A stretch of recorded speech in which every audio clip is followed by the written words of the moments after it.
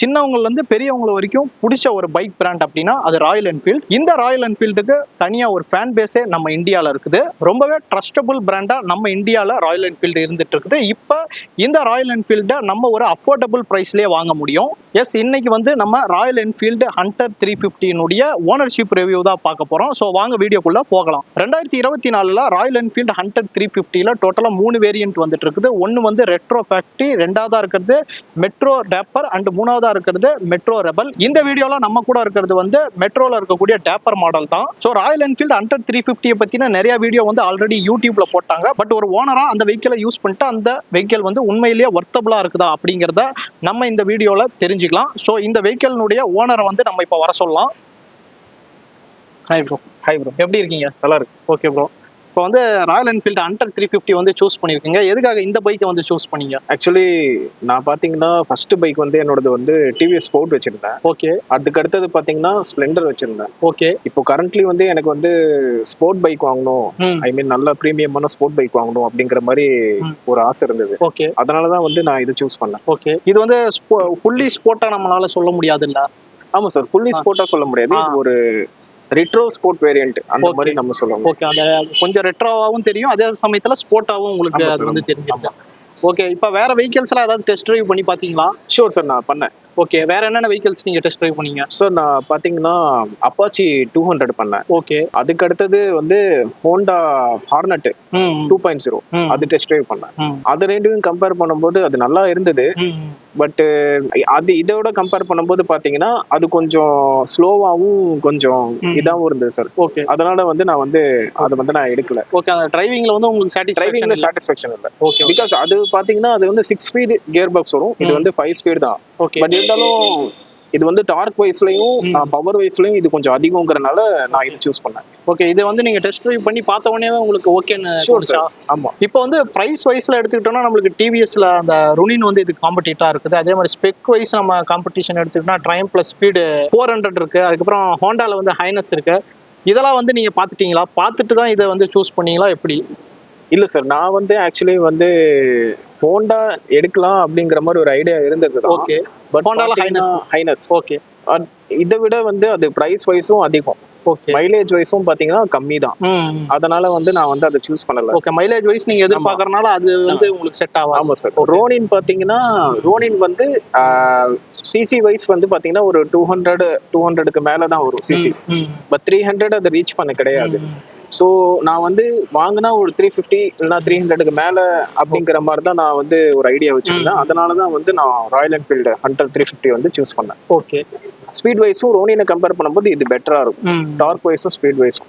Okay. இப்போ வந்து எவ்வளோ மைலேஜ் நீங்கள் எதிர்பார்த்து வாங்கினீங்க? கம்பெனியில் எவ்வளோ கிளைம் பண்ணாங்க? இப்போ உங்களுக்கு எவ்வளோ மைலேஜ் கிடைச்சிட்டு இருக்குது? சார் கம்பெனியில் பார்த்தீங்கன்னா 36 கிலோமீட்டர் ஓகே மைலேஜ் வந்து கிளைம் பண்ணாங்க. ஓகே.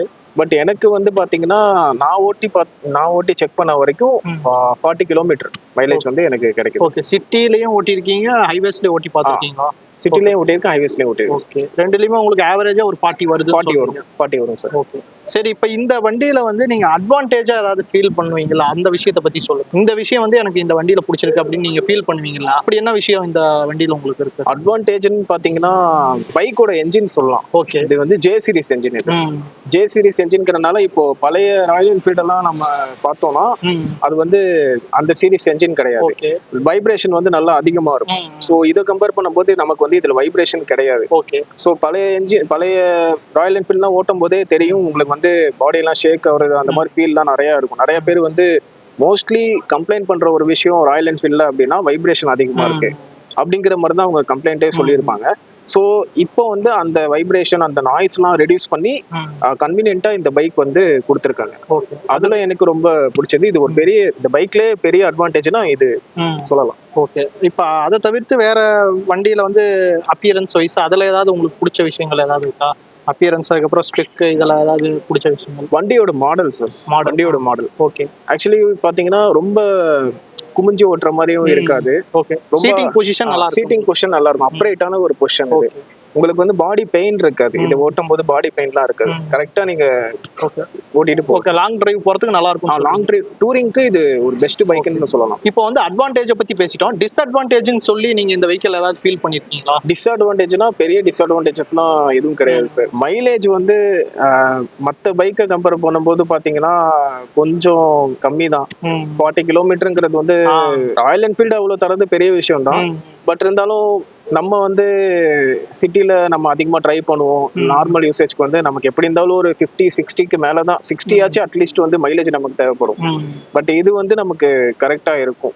ஓகே ஆக்சுவலி 40 கிலோமீட்டர் வந்து அதை கம்பேர் பண்ணும்போது கம்மியா இருந்தாலும் ஓகே, ராயல் என்ஃபீல்டுக்கு ஓகே. ஓகே ஆனா மைலேஜ் வந்து இன்னும் கொஞ்சம் கூட இருந்திருந்தா நல்லா இருந்திருக்கும். கண்டிப்பா இருந்துரும். ஓகே மத்தபடி டிஸ்அட்வான்டேஜ் நீங்க வேற எதுவும் ஃபீல் பண்ணலாம்? டிஸ்அட்வான்டேஜ்னு பெருசா எதுவும் நான் யூஸ் பண்ண வரைக்கும் டிஸ்அட்வான்டேஜ் எனக்கு எதுவும் பெருசா இல்ல. ஓகே இப்போ நீங்க சர்வீஸ்லாம் பண்ணீங்களா? வண்டி வாங்கினதுக்கு அப்புறம் எத்தனை சர்வீஸ் பண்ணீங்க? சர்வீஸுக்குலாம் எவ்வளவு காஸ்ட் ஆகுது? இது வரைக்கும் வண்டி வாங்கி 2 சர்வீஸ் வந்து கம்ப்ளீட் ஆயிருக்கு. ஃபர்ஸ்ட் சர்வீஸ் பாத்தீங்கன்னா ஒரு 500. ஓகே அது வந்து நார்மல் தான் ஃபர்ஸ்ட் சர்வீஸ். செகண்ட் சர்வீஸ் பாத்தீங்கன்னா 1000 தான் இருக்கு. ஓகே ரொம்ப கன்வீனியன்ட்டான ஒரு இதுதான். ஓகே 1200 தான் இந்த செகண்ட் சர்வீஸ் ஆயிருக்கு. ஓகே ஐ திங்க் சர்வீஸ் ரேஞ்சும் பாத்தீங்கன்னா 5000 ஃபர்ஸ்ட் சர்வீஸ், செகண்ட் சர்வீஸ்க்கு வந்து 10,000 அப்படிதான் கிளைம் ஆகும் உங்களுக்கு. 15,000 20,000 இப்படி வரும். ஓகே ஓகே இந்த சைக்கிள்ல உங்களுக்கு ஆமா சார் ஆயில் சேஞ்ச் பண்ண வேண்டிய?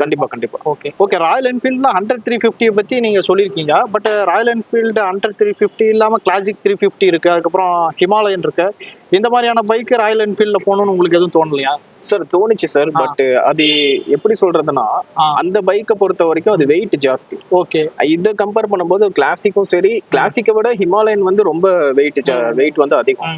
சோ வந்து நமக்கு அந்த பைக்லாம் எடுத்துக்கிட்டீங்கன்னா இப்போ அர்ஜென்ட்டுக்கு டிராபிக்ல வந்து நீங்க திருப்புறோம் அப்படின்னா திருப்ப முடியாது. அப்புறம் வண்டியை வந்து நீங்க பின்னாடி இழுக்கணும்னா கூட அந்த ஒரு எமர்ஜென்சி சிச்சுவேஷன்ல பின்னாடி கொஞ்சம் கஷ்டம் அதுல இருக்கும். ஏன்னா வெயிட் அதுல அதிகமா இருக்கிறதுனால. சோ ஹண்டரை பொறுத்த வரைக்கும் அது அவ்வளோ பெரிய இது கிடையாது. கிளாசிக்கை பொறுத்த வரைக்கும் இதுவும் வெயிட் தான், இல்லைன்னு தான் சொல்ல வரல. ஆனா இது வந்து ஈஸிலி மேனேஜபிள் அப்படிங்கிற ஒரு இதுல இருக்கும். ஓகே அதுவும் இல்லாம நமக்கு ஓட்டும் போதும் சரி, அதை விட இது ஸ்பீட் அதிகம், அது மைலேஜும் அதை விட இது கூட. அதனால இது எனக்கு ரொம்ப கன்வீனியன்ட்டா இருந்தது. அதனால இந்த பைக் நான் சூஸ் பண்ணேன். சரிங்க ப்ரோ, இந்த பைக் வந்து எவ்வளவு விலைக்கு எடுத்தீங்க நீங்க? சார் இது பாத்தீங்கன்னா 2,16. ஓகே 2,18 பக்கம் ஆன் ரோடு 2,16 வந்துருக்கு. ஓகே நீங்க எந்த ஷோரூம்ல வந்து இந்த பைக் எடுத்தீங்க? நம்ம 4 ரோட்ல இருக்கிற சாமுண்டி என்ஃபீல்ட்ல வந்து நான் இந்த பைக்கை வந்து எடுத்தேன். ஓகே சேலம்ல இருக்கிற அந்த ராயல் என்ஃபீல்ட் சாமுண்டில நீங்க எடுத்தீங்க. ஏன்னா அந்த ஷோரூம் எனக்கு தெரிஞ்சு அந்த ஷோரூம் தான் வந்து ராயல் என்ஃபீல்ட் பைக்ஸும் நல்லாவும் சேல் பண்ணிட்டு இருக்கு, சர்வீஸ் வைஸாவும் நல்லா பண்ணிட்டு இருக்காங்க. சர்வீஸ் வைஸ் நீங்க பெட்டரா இருக்குன்னு சொல்றீங்க? பெட்டரா இருக்கு சார்.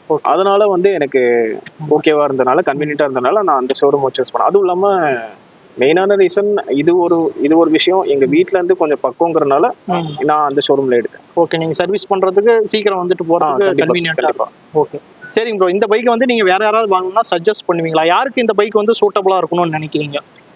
சார் இந்த பைக் கண்டிப்பா எல்லாருமே வாங்கலாம். ஓகே கண்டிப்பா சஜஸ்ட் பண்ணுவேன். இது ஒரு பெஸ்ட் பைக்னு கூட சொல்லலாம். சூட்டபிளா இருக்கும் அப்படின்னா 6 ஃபீட்டுக்கு மேல இருக்கிறவங்க, 6 ஃபீட் இருக்கிறவங்களுக்கு வந்து கொஞ்சம் இதா இருக்கும். ஏன்னா அது வந்து இந்த பைக் வந்து உட்காந்தா அவங்களுக்கு வந்து சின்னதா இருக்கிற மாதிரி இருக்கும். ஓகே ஒரு 5.5 ஃபீட் அந்த ரேஞ்சில இருக்கிறவங்களுக்கு இது பெஸ்டா இருக்கும். அதாவது ஷார்ட்டா இருக்கிறவங்களுக்கு நல்லா இருக்கும்னு சொல்றீங்க? பாக்குறதுக்கும் லுக்கா இருக்கும் அப்படி. ஓகே அப்ப நீங்க வந்து ராயல் என்ஃபீல்ட் ஹண்டர் வந்து கண்டிப்பா எடுக்கலாம்னு சொல்றீங்க? கண்டிப்பா சார், கண்டிப்பா வாங்கலாம். சரிங்க சார், இவ்வளவு நேரம் வந்து உங்களுடைய டைம் ஒதுக்கி எங்களுக்காக ரிவ்யூ தந்ததுக்கு ரொம்பவே தேங்க்ஸ். நன்றி சார், தேங்க்யூ.